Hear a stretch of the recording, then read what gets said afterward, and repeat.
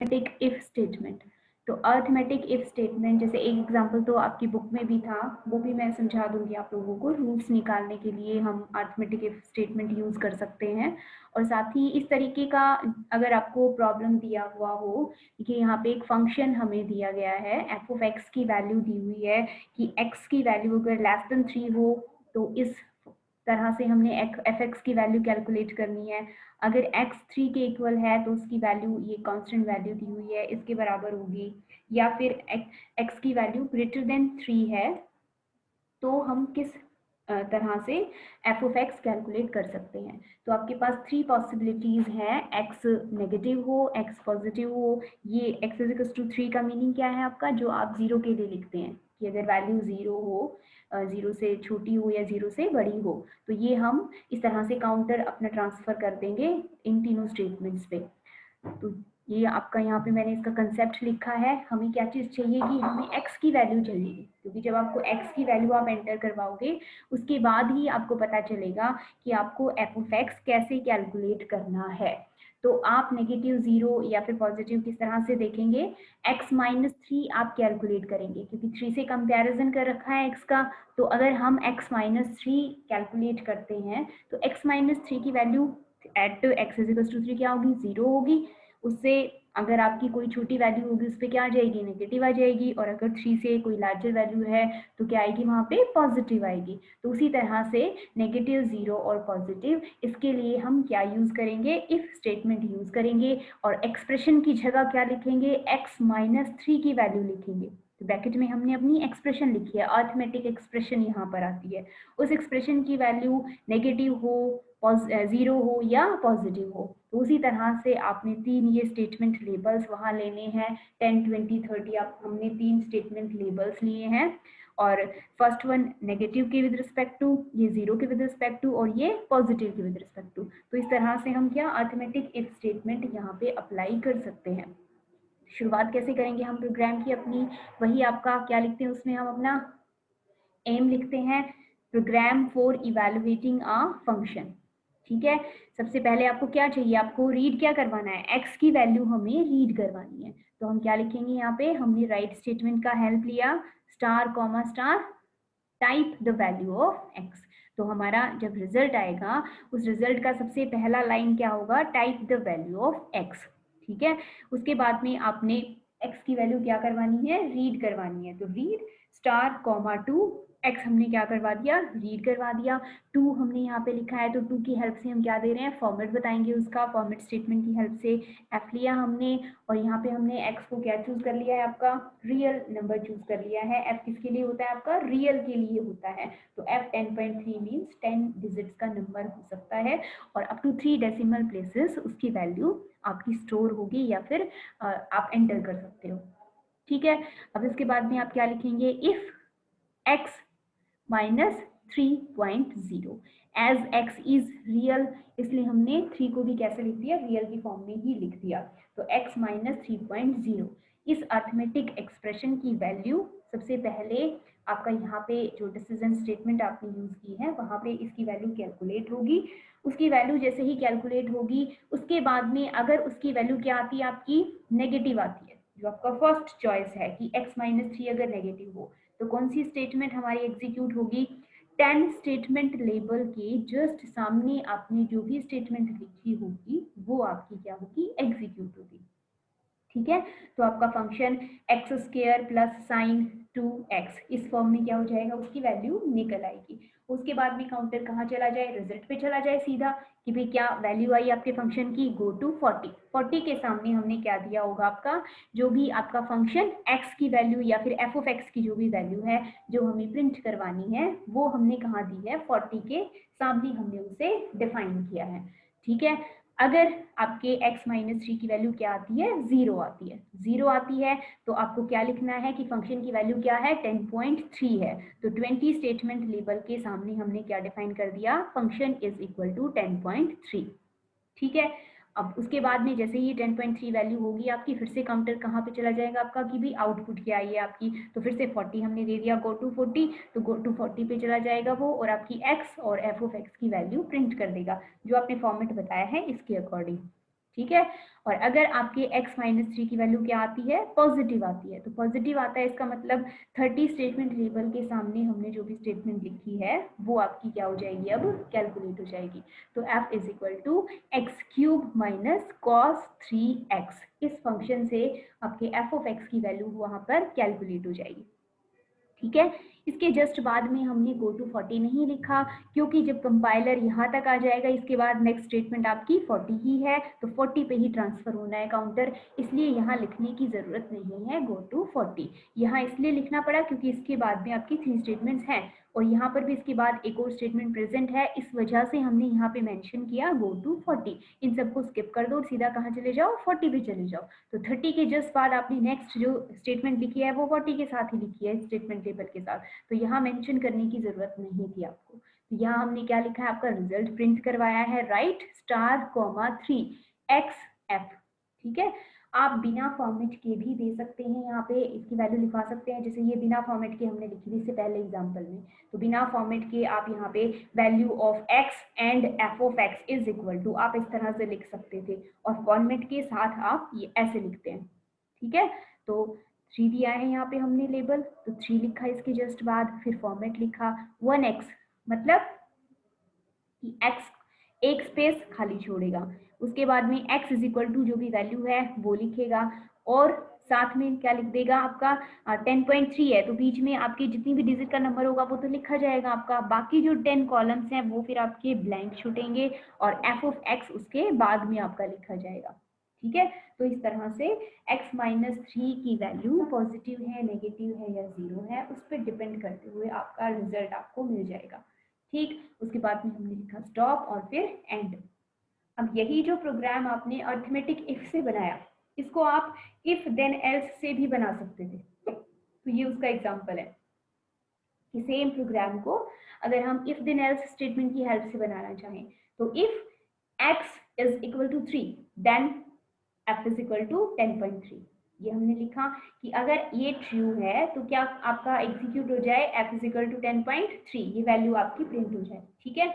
Else अगर ये equal to नहीं है तो आपके पास दो चॉइसेस होते हैं कि x या तो लेस देन है या फिर ग्रेटर देन है, तो एल्स पार्ट में हम दोबारा से क्या यूज कर लेंगे, इफ स्टेटमेंट दोबारा यूज कर लेंगे। तो फिर लिखा हमने if x less than 3 then, अगर लेस देन 3 है तो ये इस फॉर्मूले से कैलकुलेट करो, अगर नहीं है लेस देन, ग्रेटर देन 3 है तो ये जो दूसरा फॉर्मूला लिखा है इससे कैलकुलेट करो फंक्शन की वैल्यू। ठीक है। उसके बाद में ये जो हमने सेकंड इफ स्टेटमेंट यहाँ से शुरू की थी, इसको हम क्या करेंगे, एंड करेंगे, एंड इफ, और जो दूसरा एंड इफ है वो किसके लिए है, जो आपने पहली स्टेटमेंट लिखी थी। तो ये किसका एग्जाम्पल आपने यहाँ पे लिया है, जो आपकी नेस्टेड इफ होती है वो स्टेटमेंट यूज करके हमने इसको सेम प्रॉब्लम को हम इस तरह से भी लिख सकते हैं, तो आप दोनों में से कोई भी यूज कर सकते हो। अब देखिए ये वाला प्रोग्राम आपका कई बार आता है, इसका आपको फ्लो चार्ट बनाना भी आ सकता है या फिर आपको प्रोग्राम लिखना भी आ सकता है या एल्गोरिथम भी लिखनी आ सकती है आपकी, कि to check whether a given integer is a prime number. आपके पास कोई इंटीजर दिया हुआ है, आपको जो वो इंटीजर आपको क्या करवाना पड़ेगा, रीड करवाना पड़ेगा। ठीक है। उसको रीड करने के बाद आपको ये चेक करना है कि वो प्राइम नंबर है या फिर नहीं है। ठीक है। इसको हम कैसे करेंगे, हमने शुरू किया अपना program, C program to check whether prime number. ठीक है। राइट स्टार कॉमा स्टार, क्या किया हमने, टाइप एन या फिर enter the value of N, आप इस तरह से भी लिखवा सकते हैं, enter the value of N, type N लिखा है हमने, इसकी जगह पे enter the value of N आप ये भी लिख सकते थे। ठीक है। अब इसको रीड करना है हमने, ये एक इंटीजर वैल्यू होने वाली है आपकी एन, या तो आप प्रोग्राम में पहले बता के आओ कि ये इंटीजर है, या फिर आप यहाँ पे देखिए फॉर्मेट की हेल्प से आपने स्पेसिफाई कर दिया कि ये जो n है इसकी वैल्यू कैसी है, इंटीजर वैल्यू है, और ये मैक्सिमम 5 डिजिट्स का हो सकता है। ठीक है। अब आपका जो आपका ये i हमने एक काउंटर ले लिया आपका i, ठीक है, कोई भी वेरिएबल नेम हमने ले लिया और इसको हमने क्या असाइन कर दिया, i को हमने 2 वैल्यू असाइन कर दी। ठीक है। तो i की जो वैल्यू है वो क्या है आपकी 2 है। ठीक। उसके बाद में हम एक स्टेटमेंट लिख रहे हैं, कैसे स्टेटमेंट, एक इफ स्टेटमेंट हम यूज कर रहे हैं कि if i is greater than n by 2। ये जो 2 आपने लिखा है ये 2 यहाँ पे आएगा।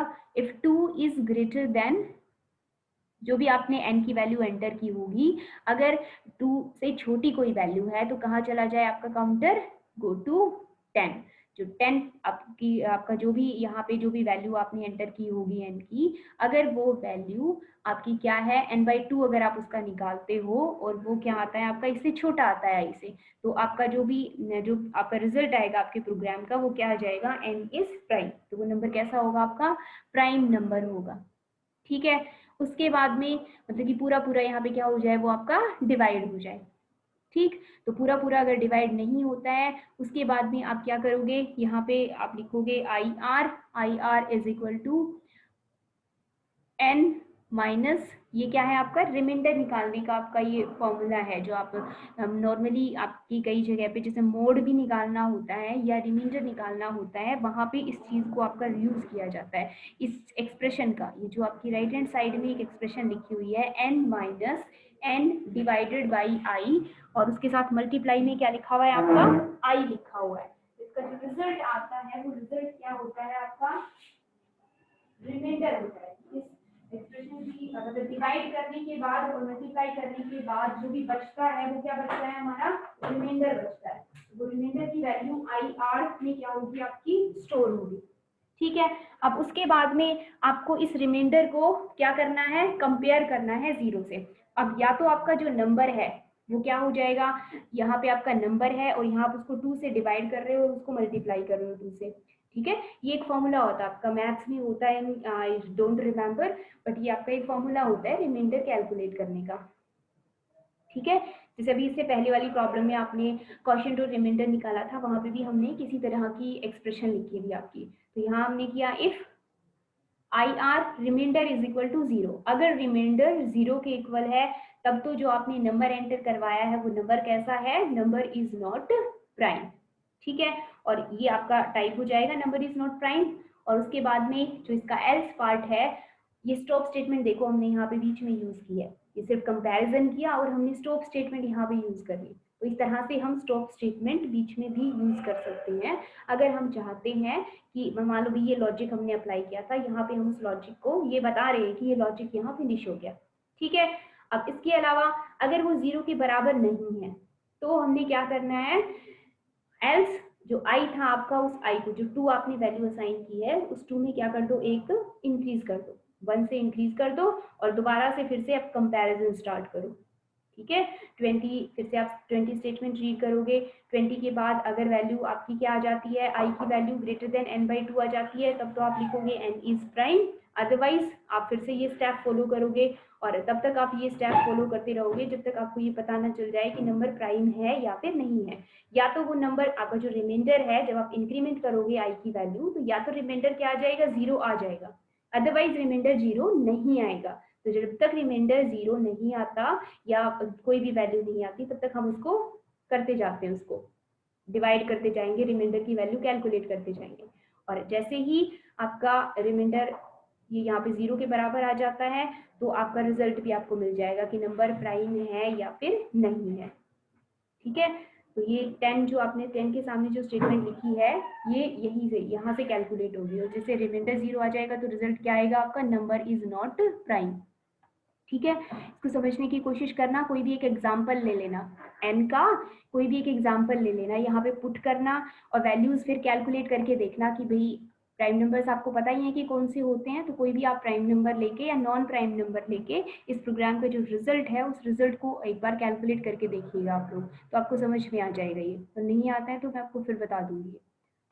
इसके बाद हमारा एक नेक्स्ट प्रॉब्लम है, आपको क्या निकालना है, आप HCF निकालते हैं, हाईएस्ट कॉमन फैक्टर, या फिर GCD हम निकालते हैं, ग्रेटेस्ट कॉमन डिवाइजर। तो यहाँ पे आपको क्या निकालना है, GCD की वैल्यू निकालनी है आपके पास, ग्रेटेस्ट कॉमन डिवाइजर आपको निकालना होगा।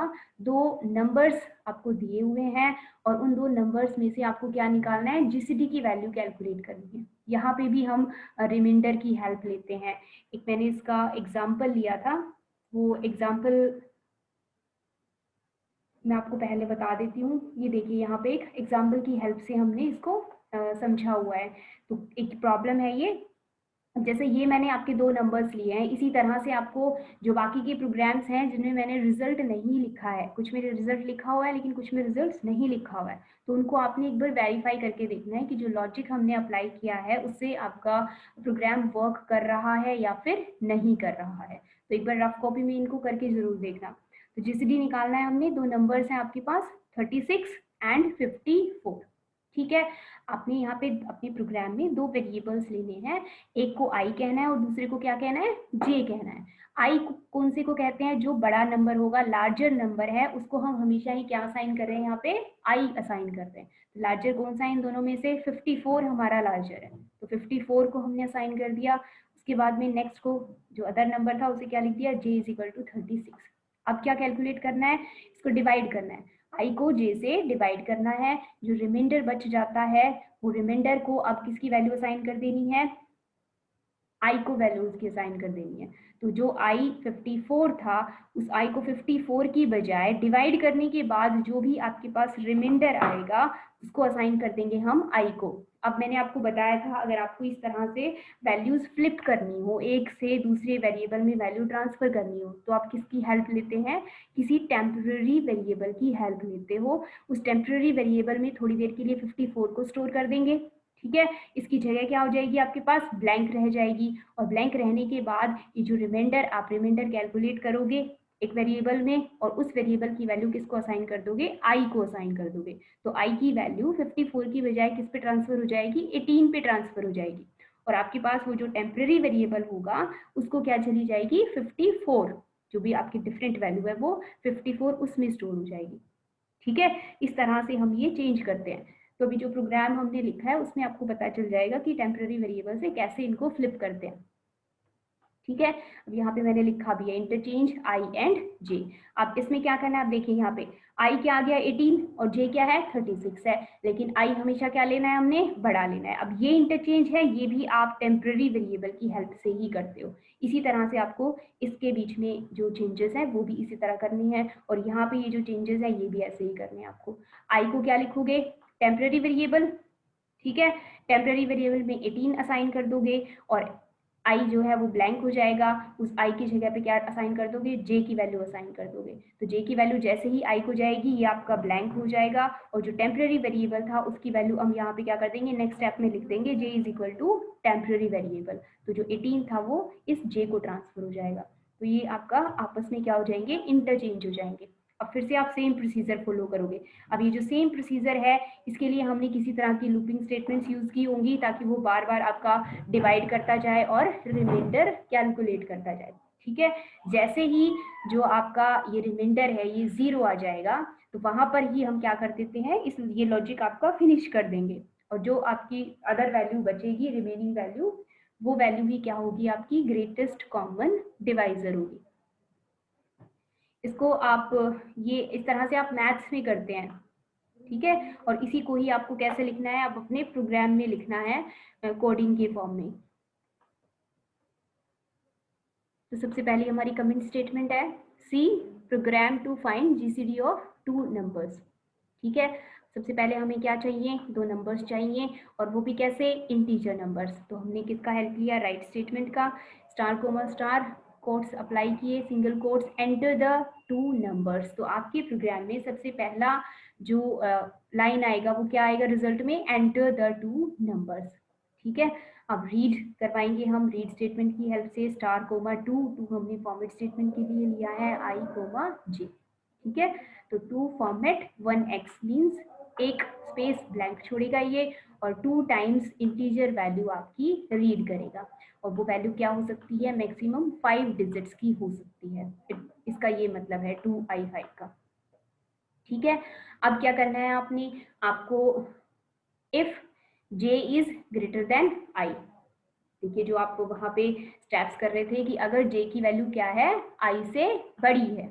ठीक है, तो आपको क्या करना है, इंटरचेंज करना है, क्योंकि i की वैल्यू हमेशा क्या होनी चाहिए, बड़ी होनी चाहिए। हमने अभी अभी देखा था कि i की वैल्यू हमें क्या लेनी है, लार्जर लेनी है, i डिवाइडेड बाई j निकालना है। तो जिसको डिवाइड करते हैं वो बड़ा होना चाहिए, और जिससे डिवाइड करते हैं वो छोटा होना चाहिए। तो इन केस अगर j is less then i, अगर ऐसा है तब तो आपका प्रोसीजर ये नेक्स्ट वाला फॉलो होगा। लेकिन जे ग्रेटर देन आई है तो क्या होगा, आपको इंटरचेंज करनी पड़ेगी इनकी वैल्यू।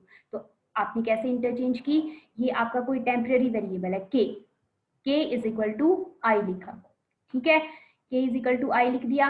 अब आई की जो भी वैल्यू थी, जैसे आपका 36 था, अदर वैल्यू 36 थी, तो वो 36 जो भी वैल्यू थी वो तो के को असाइन हो जाएगी, और आई की जगह पे क्या बच जाएगा, ब्लैंक स्पेस। तो उस आई की जगह पे आप क्या कर दोगे, जो भी दूसरी वैल्यू है आपकी जे की वैल्यू, वो उसको असाइन कर दोगे, ठीक है। अब जे का जे जो वेरिएबल है वो आपका क्या हो जाएगा, ब्लैंक हो जाएगा। तो आपने जो भी टेम्पररी वेरिएबल लिया था उसकी जो भी वैल्यू है उसको कहाँ पे असाइन कर दोगे, जे को असाइन कर दोगे। तो इन 3 स्टेप्स के बाद में आई की जो वैल्यू थी वो क्या हो जाएगी, जे को असाइन हो जाएगी, और जे की वैल्यू आई को असाइन हो जाएगी, आपस में वो इंटरचेंज हो जाएंगे। तो ये हमें करने की जरूरत कब पड़ेगी, अगर जे इज ग्रेटर देन आई है, ठीक है। यहाँ पे हम इस स्टेटमेंट को क्या कर रहे हैं, फिनिश कर रहे हैं। तो यहाँ पे हमने सिर्फ आपका जो फर्स्ट जो ब्लॉक्ड इफ स्टेटमेंट होता है वो हमने यहाँ यूज किया है, ठीक है।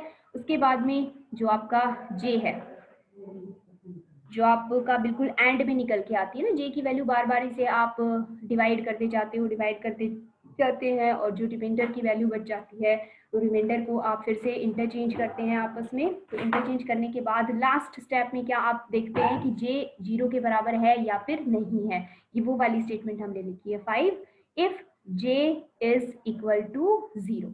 अगर j इक्वल टू 0 है, इसका मतलब क्या है कि आपका रिजल्ट क्या आ चुका है, कैलकुलेट हो चुका है जीसीडी की वैल्यू, गो टू 10। तो 10 पे क्या लिखा है हमने, राइट स्टार कॉमा 3, और यहाँ पे आपकी जो भी वैल्यू निकल के आई होगी किसमें स्टोर करनी है, वो आपने आई में स्टोर करनी है, ठीक है। तो यहाँ पे हमने आई प्रिंट करवा दिया आपका, ठीक। इसके अलावा अगर ये वैल्यू आपकी इसके इक्वल नहीं है और आई की वैल्यू क्या है, इससे ग्रेटर देन है जी से, तब आप क्या स्टेप्स फॉलो करोगे, k is equal to I minus I divided by J star J. ये अभी अभी मैंने बताया था कि ये किसके लिए यूज होता है, ये फॉर्मूला आपका रिमाइंडर कैलकुलेट करने के लिए इस फॉर्मूले को हम यूज करते हैं। इसका मतलब ये k क्या है, यहाँ पे रिमाइंडर की वैल्यू है, तो रिमाइंडर की वैल्यू यहाँ पे आपकी कैलकुलेट हो रही है इस k के अंदर, ठीक है। अब इसके बाद आपने नेक्स्ट स्टेप में क्या लिखा, i is equal to J, means j की वैल्यू आपने किसको असाइन कर दी, i को असाइन कर दी, और जो j है उसको जो रिमाइंडर की वैल्यू है वो उसे असाइन कर दी है, ठीक है। अब जैसे ही रिमाइंडर की वैल्यू j को असाइन होगी, आप किस पे जाओगे, चेक करने जाओगे कि if remainder is equal to 0 और नॉट, क्योंकि आपको ये जो डिवीजन वाले स्टेप्स हैं ये तब तक करते जाने हैं जब तक कि रिमाइंडर क्या ना आ जाए, 0 आ जाए। जैसे ही रिमाइंडर 0 आता है तो जो भी अदर नंबर हमारे पास रहता है रिमेनिंग, वही नंबर क्या होता है, हमारा ग्रेटेस्ट कॉमन डिवाइजर रहता है, ठीक है। तो ये स्टेप्स आपके बार बार आपके फॉलो होंगे। तो आपका ये सिर्फ इफ इस स्टेटमेंट की हेल्प से या गो टू स्टेटमेंट की हेल्प से आपने क्या किया, यहाँ पे लूपिंग अप्लाई की है, ठीक है। और जैसे ही ये 0 के बराबर आ जाएगा, आप किसकी हेल्प लोगे, राइट स्टेटमेंट की हेल्प लेंगे, स्टार कॉमा 3, और आई की वैल्यू वहां पे क्या करवा देंगे, प्रिंट करवा देंगे 3 फॉर्मेट, एक ब्लैंक स्पेस रहेगा यहाँ पे, कोमा लगाया हमने इसके बाद, और कोट्स के बीच में क्या लिखा, the GCD is, the GCD is, जो भी आपकी वैल्यू होगी यहाँ पे जो कैलकुलेट हुई है वो वैल्यू यहाँ पे आपको प्रिंट होके मिल जाएगी, ठीक है। उसके बाद में हमने लिखा स्टॉप और फिर एंड।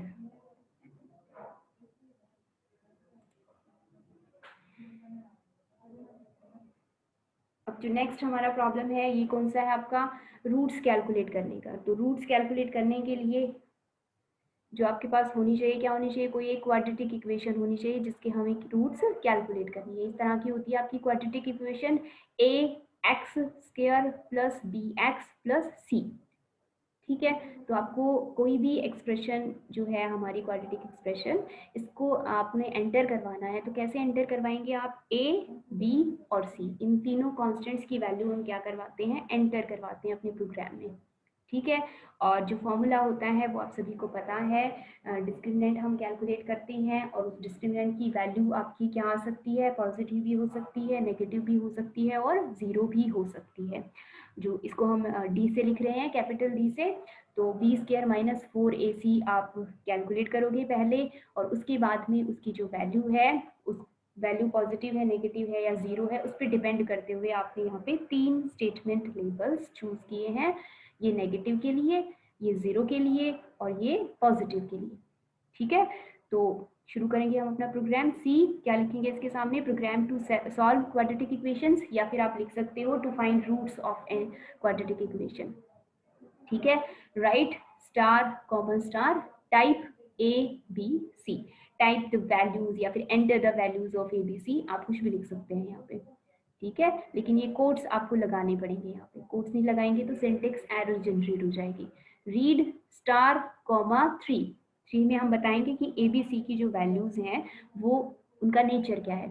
ठीक है, या किस फॉर्मेट में वो आपकी स्टोर होनी चाहिए। 3 लिखा हमने, format 3F10.3। It means ABC कैसे नंबर्स हैं आपके, रियल नंबर्स हैं, 10 डिजिट्स के हो सकते हैं और 3 डेसिमल प्लेसेस तक उनकी वैल्यू हम लिखेंगे इसमें। ठीक है, और 3 किस लिए लिखा है, क्योंकि 3 टाइम्स वो क्या हो रहा है आपका, रिपीट हो रहा है। ठीक, अब नेक्स्ट स्टेप में हमने किसकी वैल्यू कैलकुलेट की, डिस्क्रिमिनेंट की वैल्यू कैलकुलेट कर दी है, कैपिटल डी से, DISC डिस्क, इस तरह भी लिख सकते थे आप इसको। तो वेरिएबल नेम चूज करना वो हमें अपनी तरफ से चूज करना होता है। तो capital D is equal to B² minus 4AC। ठीक, तो कंपाइलर इसकी वैल्यू कैलकुलेट करेगा यहाँ पे स्टेप में। नेक्स्ट स्टेप में हमने क्या किया, इफ D एक्सप्रेशन है ये आपकी अरिथमेटिक एक्सप्रेशन, तो इस D की वैल्यू पॉजिटिव भी हो सकती है, जीरो भी हो सकती है और नेगेटिव भी हो सकती है। तो अगर इसकी वैल्यू नेगेटिव है तो जो स्टेटमेंट लेबल 10 के सामने आपने जो भी स्टेटमेंट लिखी होंगी वो आपकी एग्जीक्यूट होंगी।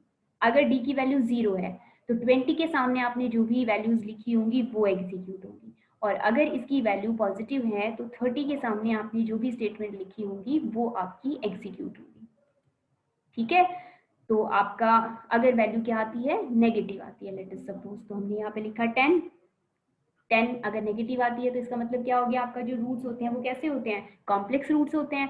तो कॉम्प्लेक्स में क्या होगा, एक रियल पार्ट होता है और दूसरा इमेजिनरी पार्ट होता है। तो हमें यहाँ पे सेपरेटली दोनों हमें कैलकुलेट करनी पड़ेंगे। RP मीन्स रियल पार्ट, आप इसे पूरा भी लिख सकते थे, जैसे मैंने इसका जो वेरिएबल नेम है वो कैपिटल RP से चूज किया है, तो आप इसको कंप्लीट भी लिख सकते हो, रियल पार्ट ऐसे भी लिख सकते हैं हम वेरिएबल नेम को। तो real part is equal to -B divided by 2A, और जो इमेजिनरी पार्ट है वो आपका कैसे लिखा जाएगा, square root of absolute value of discriminant D divided by 2A। तो ये आपका जो फॉर्मूला होता है, बेसिक फॉर्मूला, वहीं से हमने ये दोनों चीजें लिखी हैं। उसके बाद में जो भी रियल पार्ट या इमेजिनरी पार्ट आया है उसको हमने क्या करवाना है, रिजल्ट की फॉर्म में प्रिंट करवाना है। तो हमने किसका हेल्प लिया, यहाँ पे 15 मैंने फॉर्मेट स्टेटमेंट दी है, तो 15 में मैंने फॉर्मेट बताया है कि किस तरह से आपकी वैल्यू प्रिंट होकर आनी चाहिए। फॉर्मेट 1x मीन्स जो फर्स्ट कॉलम है उसे ब्लैंक छोड़ो, उसके बाद में क्या टाइप करो, the roots are complex conjugate. जो हमने ये लिखे हैं आपके कोड्स के बीच में जो वैल्यू लिखी है, तो आपकी फर्स्ट लाइन क्या आएगी, the roots are complex conjugates. किसके बाद टाइप आपने किया, नंबर एंटर करवाए ABC, उसके बाद में नेक्स्ट जो वैल्यू आएगी वो क्या लिख के आएगी, अगर D की वैल्यू नेगेटिव है, the roots are complex conjugate. उसके बाद में ये देखिए मैंने आपकी 3 टाइम्स स्लैश लगाया हुआ है। जब हम आपका प्रोग्राम कर रहे थे तो उसके अंदर हमने पढ़ा था आपका डबल स्लैश होता है तो 2 लाइन स्किप करके, वो 2 रोज स्किप करके नीचे चला जाएगा। सिंगल स्लैश होता है मतलब नेक्स्ट लाइन में चला जाए, डबल स्लैश होता है तो 2 लाइन स्किप करके थर्ड में चला जाए। अब 3 है तो इट मीन्स कि आपकी जो थर्ड लाइन होगी तो को स्किप कर देगा और जो तीसरी लाइन होगी वहां पे आपका काउंटर ट्रांसफर हो जाएगा। इन 3 स्लैशेस का ये मतलब है। और इसके साथ जस्ट एसोसिएटेड हमने क्या दी है, ये 1 लिखा हुआ है, 1 लेबल नंबर लिखा है। तो वो जो 3 काउंटर्स शिफ्ट होने के बाद आपकी जो भी चीजें लिखी जाएंगी वो हम यहाँ पे आपकी स्टोर करवा रहे हैं इस 1 में। ये आपका कंप्लीट स्टेटमेंट है 15 ही। 1x मीन्स फिर से ये जो 1x था आपका फर्स्ट प्लेस जो है वो ब्लैंक होगा, उसके बाद में क्या आएगा, real part is equal to, ये लिखा आएगा, और उसके बाद में रियल पार्ट यहाँ पे आपका क्या होगा, इसके सामने प्रिंट होगा, जो कि 10 डेसिमल प्लेसेस का हो सकता है और 3 डेसिमल प्लेसेस तक क्या आएंगे उसमें आपके डेसिमल डिजिट्स हो सकते हैं। ठीक है, उसके बाद में डबल स्लैश है मीन्स उसी लाइन में नहीं आएगा आपका, उसके नेक्स्ट लाइन में क्या लिखा आएगा, imaginary part is equal to. ठीक है, डबल स्लैश का मतलब नेक्स्ट लाइन में ट्रांसफर हो जाएगा काउंटर। तो एक लाइन में रियल पार्ट लिख के आएगा और नेक्स्ट लाइन में क्या आएगा, हमारा इमेजिनरी पार्ट लिख के आएगा। इमेजिनरी पार्ट के लिए भी आपने वही फॉर्मेट लिया है F10.3, ठीक है। और उसके बाद में ये जो लॉजिक था t<0 का, ये फिनिश हो गया, तो हमने स्टॉप स्टेटमेंट वहां पे अप्लाई कर दी, ठीक है। अब सेकंड पार्ट, और उसके बाद में सीधा कहाँ चला जाएगा काउंटर, आपका एंड हो जाएगा। ये बीच के जो भी पार्ट्स हैं ये आपके एग्जीक्यूट नहीं होंगे अगर डी की वैल्यू नेगेटिव है तो। अब डी की वैल्यू अगर 0 आती है, इसका मतलब काउंटर इनको स्किप करके कहाँ चला जाएगा, 20 पे। 20 के सामने आपने लिखा है x1 is equal to -b divided by 2a, ठीक है। डी की वैल्यू 0 है तो इसमें सिर्फ क्या होता है, आपका पहला पोर्शन ही होता है, जो आपका रियल पार्ट होता है, सिर्फ यही रहता है हमारा इसमें। तो इसको आपने कैलकुलेट कर लिया और फिर इसको क्या करवा दिया, राइट करवा दिया, क्योंकि दोनों रूट्स कैसे होते हैं, हमारे इक्वल रूट्स होते हैं। तो 25 की हेल्प से हम क्या कर रहे हैं, उनको डिफाइन कर रहे हैं, बता रहे हैं कि फॉर्मेट किस फॉर्मेट में लिखना है। फॉर्मेट 1x 1 ब्लैंक स्पेस, उसके बाद क्या लिख के आएगा, इक्वल रूट्स, और अगली लाइन में क्या लिखा होगा आपके पास, रूट इज इक्वल टू, जो भी रूट की वैल्यू होगी वो आपकी प्रिंट होके आएगी। अब कहाँ पे कॉमास अप्लाई किए हैं, कहाँ कोट्स लगाए हैं, ये आपको देखने हैं, इसमें ध्यान से देखने हैं कि कहाँ आपके कोमा लगाए हैं और कहाँ कोट्स लगाए हैं, क्योंकि ये क्या है, आपकी ये सिंटेक्स का पार्ट है। तो अगर हम मान लीजिए ये कोमा बीच में अप्लाई नहीं करते, तो जब इसे कंपाइल करेंगे तो वो बताएगा कि इस लाइन में आपका एरर है, ठीक है। उसके बाद में जो स्टेप्स है यहाँ पे, इसको हमने क्या कर दिया, स्टॉप कर दिया। उसके बाद यहाँ पे जो आप डी की वैल्यू कैलकुलेट कर रहे थे, if D is positive, third जो चॉइस है वो क्या बच गई, इफ डिस्क्रिमिनेंट इज पॉजिटिव। तो डिस्क्रिमिनेंट पॉजिटिव है तो ये सारी जो लाइंस हैं ये स्किप हो जाएंगी और काउंटर कहाँ पे शिफ्ट हो जाएगा, 30 पे शिफ्ट हो जाएगा। तो आपके जो दोनों रूट्स होते हैं वो रियल होते हैं और डिस्टिंक्ट होते हैं इस केस में। तो आपको दोनों कैलकुलेट करने पड़ेंगे, x1 और x2। तो x1 की वैल्यू लिखोगे पहले और फिर x2 की लिखोगे। तो जो भी आपका फॉर्मूला होता है, एक में प्लस आता है और दूसरे में माइनस आता है, ठीक है। तो इन दोनों की वैल्यू आप कैलकुलेट कर लोगे, राइट। कैलकुलेशन हो गई, उसके बाद में उनको राइट करवाना है x1 और x2। तो आप 35 की हेल्प से बताना चाह रहे हो, तो यहाँ पे 35 लिख लिया आपने। अब यहाँ पे भी देखिए, ये भी आपकी बड़ी सी आपका जो स्टेटमेंट थी, इस वजह से यहाँ पे भी हमने किसका हेल्प लिया है, यहाँ पे 3 स्लैशेस अप्लाई किए और नेक्स्ट में 1 लिख के आपका क्या आपने लिखना है वो लिखवाया है। तो इस तरह से हम लिखवा सकते हैं इसे, ठीक है। और अगर आप फॉर्मेट की मदद नहीं लेना चाहते तो आप बिना विदाउट फॉर्मेट भी लिख सकते हो। लीस्ट डायरेक्टेड राइट स्टेटमेंट की हेल्प से भी हम लिख सकते हैं। तो वो लीस्ट डायरेक्टेड आउटपुट की हेल्प से एक पीछे प्रॉब्लम थी पीछे, उसमें मैंने बताया था कि कैसे लिखते हैं। तो विदाउट फॉर्मेट स्टेटमेंट भी हम लिखवा सकते हैं। वहां पे फिर हम 3 राइट स्टेटमेंट्स की हेल्प लेंगे। एक में क्या लिखवाएंगे, the roots are real and distinct. Next जो राइट स्टेटमेंट होगी, first root is equal to x1 की वैल्यू, और second root is equal to, उसके लिए तीसरी राइट स्टेटमेंट यूज करेंगे। तो इस तरह हम बिना फॉर्मेट स्टेटमेंट के भी लिखवा सकते हैं। और स्पेसिफिकली अगर आपको फॉर्मेट की हेल्प से ही लिखना आता है तो आपको फॉर्मेट स्टेटमेंट वहां पे यूज करनी ही पड़ेगी, ठीक है। उसके बाद में ये स्टॉप और एंड, ठीक। तो इसको रीड कर लीजिएगा, समझने की कोशिश करना, आ जाएगा ये समझ में। आप इसको स्टेटमेंट्स के साथ अगर देखोगे तो ये एक और प्रॉब्लम हम कर लेते हैं। इसके बाद में जो नेक्स्ट जो रिमेनिंग रहेगी उनको हम फिर कल की क्लास में आगे डिस्कस करेंगे। ये आपके पास एक सीरीज दी हुई है, इस सीरीज की आपने क्या करनी है, सम कैलकुलेट करना है। Program to find sum of a series 1 + x + x² + x³ + x⁴ up to x⁴n। आपकी सीरीज में n नंबर्स हैं, ठीक है। और उनका आपने क्या कैलकुलेट करना है, सम कैलकुलेट करना है। अब यहाँ पे जो प्रॉब्लम्स आपको मिल रही हैं, कुछ ऐसी प्रॉब्लम्स हैं जो आप फिजिक्स में लिखते हैं, तो आप समझ सकते हैं कि किस वजह से हम ये कहते आ रहे हैं शुरुआत से कि ये कैसी लैंग्वेज है। फॉर्मूला ट्रांसलेशन, यहाँ पे हम कुछ ऐसे साइंटिफिक फॉर्मूलाज यूज करके प्रोग्राम्स लिख सकते हैं, ठीक है। तो यहाँ पे हमने इसका निकालना है, आप क्या यूज करोगे, यहाँ पे आपका लूप लगेगा। तो लूप आप डू या फिर किसी दूसरे लूप की हेल्प से भी लगा सकते हैं। यहाँ हमने सिर्फ आपका इफ की हेल्प से इस प्रोग्राम को लिखा है। आगे इसको मैंने शायद एरेज की हेल्प से भी किया है, तो ये आपका रिपीट हो जाएगा दोबारा, program for sum of series, ठीक है। अब यहाँ पे आपको x की वैल्यू भी चाहिए और n की वैल्यू भी चाहिए। तो type x, n, write statement की हेल्प से हमने लिखा type x, n, enter the value of x and n, आप ऐसे भी लिख सकते हैं इसे। रीड *2, x और n को रीड करवाए। कैसे रीड करवाना है आपने, to format f10.5, it means जो x की वैल्यू है वो कैसी है, रियल वैल्यू है, ठीक है, जो कि 10 उसके अंदर डिजिट्स हो सकते हैं और 5 डेसिमल प्लेसेस इसमें प्रेजेंट हो सकते हैं, ठीक है। और जो n है वो हमारा क्या है, इंटीजर वैल्यू है और 5 डिजिट्स का नंबर हो सकता है, ठीक। अब सम निकालने के लिए मैंने क्या किया, आपको एक तो वेरिएबल चाहिए i 1 2 3 अप टू n ऐसे ट्रांसफर करने के लिए, और दूसरा जहाँ पे इसकी वैल्यू क्या होगी, स्टोर हो जाएगी। तो i मैंने ले लिया आपका वेरिएबल जिसके ऊपर आपने लूप लगाना है 1 से लेके n तक, और सम हमने क्या ले लिया, जिसके अंदर आपकी वैल्यू स्टोर होनी है। अब यहाँ देखिए इसका जो पहला आपका सीरीज का जो फर्स्ट मेंबर है वो क्या है, 1 है, ठीक है।